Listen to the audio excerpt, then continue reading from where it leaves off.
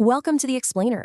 Today we're diving into a genuinely wild and kind of unexpected geopolitical story. If you've been following the year-to-date headline news out of Washington, you already know about the macroeconomics, the tariffs, the USMCA disputes, but we're looking at how those high-level international trade wars are literally deciding where your local garbage ends up. It's an absolutely fascinating look at what happens when global trade friction slams right into subnational vulnerabilities. Let's get into it. Here is our roadmap for today. We're going to cover the USMCA trade war, Ontario's electricity retaliation, the transboundary waste corridor, vulnerability to border closures, Bill 5 and deregulation, and finally, the Dresden landfill controversy. Section 1, the USMCA trade war, which is the macro trigger for this whole situation. Before we talk about local landfills, we really have to anchor ourselves in the massive shift in North American trade relations that started in early 2025. This timeline shows just how incredibly fast tensions escalated. We're talking a rapid-fire domino effect. It all kicked off with tariffs in February, which triggered fierce provincial retaliation by March. By June, Ontario was totally rewriting its own environmental laws in response.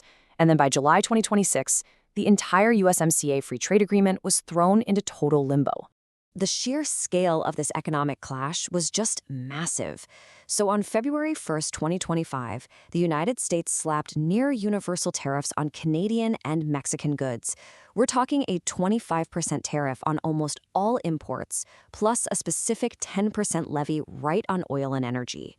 And while Canada didn't just sit back and take it, they immediately fired back with Phase 1 of their own retaliation, dropping a 25% surtax on $30 billion worth of select U.S. goods. Just like that, the trade war was officially on. All of this friction boiled over in July 2026. This was the mandated 6-year joint review date for the USMCA trade agreement. Jamieson Greer, the head of the U.S. Trade Representative's Office, put out a statement confirming the U.S. would not automatically renew the deal. So the USMCA wasn't immediately terminated, but it was forced into this highly volatile, nail-biting cycle of annual reviews that's going to last for a decade, all the way to 2036. Naturally, this left governments and industries totally scrambling to secure their cross-border supply chains. Okay, moving to Section 2, Ontario's electricity retaliation, our sub-federal flashpoint. You see, it wasn't just federal governments in Washington and Ottawa throwing punches here. The provinces and states were aggressively stepping into the ring, too. Ontario Premier Doug Ford jumped into the fray, viewing the U.S. tariffs as a direct attack on Ontario's heavily integrated economy. He made his stance crystal clear, basically threatening to weaponize Ontario's energy exports. He literally said he would do anything, including cutting off their energy, quote, with the smile on my face. His administration took a bunch of steps, even banning U.S. alcohol from provincial liquor stores, just to send a loud message that Ontario wouldn't simply absorb the hit. And he followed through fast. On March 10, 2025, Ontario slapped a 25% surcharge on electricity exported to U.S. border states. This instantly impacted over 1.5 million American homes and businesses across New York, Michigan, and Minnesota. But wow, the pushback was immediate and severe. The U.S. countered by threatening a devastating 50% tariff on Canadian steel and aluminum. Realizing this would basically destroy Ontario's vital auto manufacturing hubs overnight, Premier Ford quickly suspended the electricity surcharge, admitting that everyone needed to lower the temperature.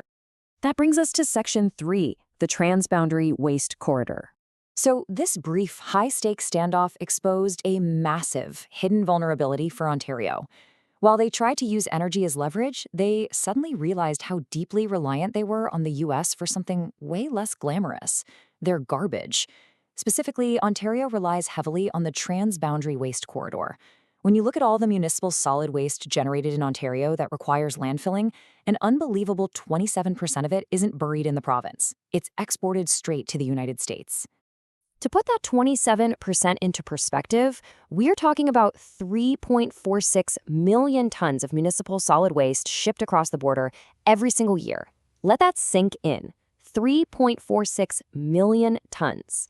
If you try to visualize that, you're looking at roughly 100,000 semi-truck trailer loads of trash driving south along Highway 401 annually, predominantly heading straight for landfills in the state of Michigan.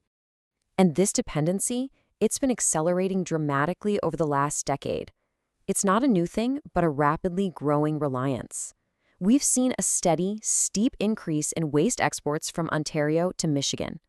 In fact, right now, Ontario's trash accounts for 14.35% of all the waste disposed of in Michigan landfills. It is a highly integrated cross-border waste disposal ecosystem.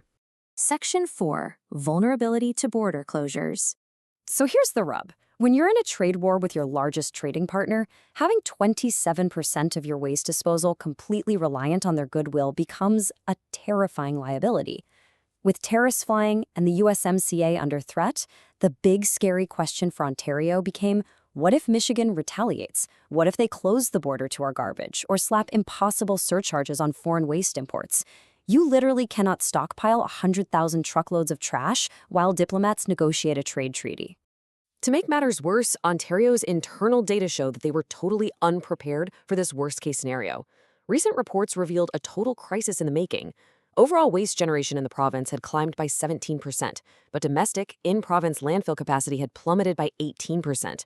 Simply put, if the U.S. border closed to waste, Ontario would run out of places to put its own garbage almost overnight. Your weekly curbside pickup would literally grind to a halt. Section 5. Bill 5 and deregulation. So, to secure its supply chains and fix this massive vulnerability, Ontario decided it had to rapidly build domestic capacity. In June 2025, under the explicit banner of economic self-reliance and national security during these trade wars, the Ontario government passed Bill 5.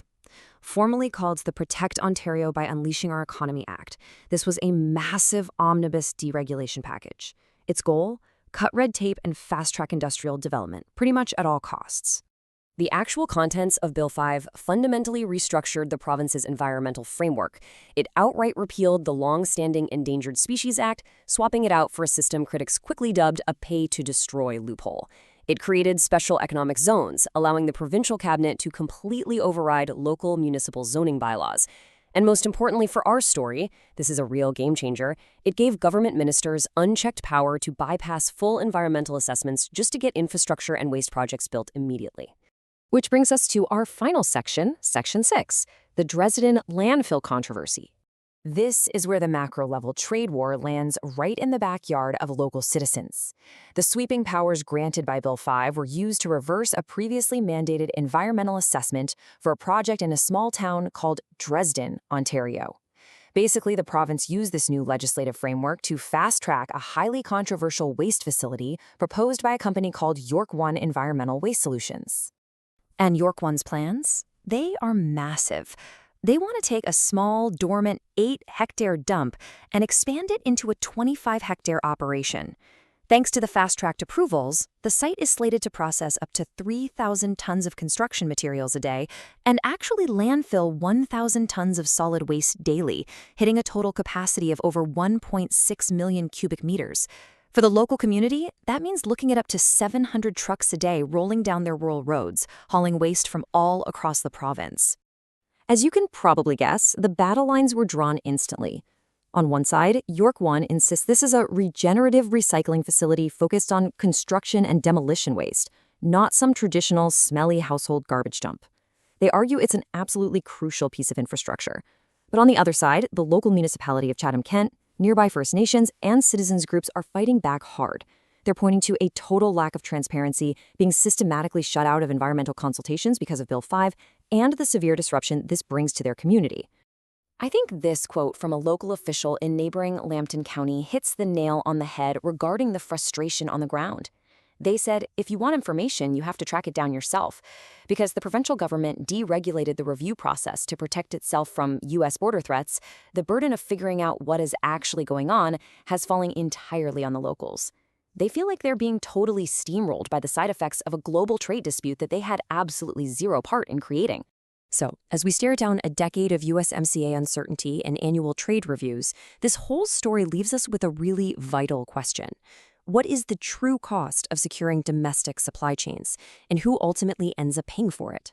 Does protecting our broader economy from international tariffs justify dismantling the environmental regulations that protect our local communities? It's a remarkably complex balance to strike, and as the Dresden landfill shows us, the consequences are very, very real. Thanks for exploring this with me today.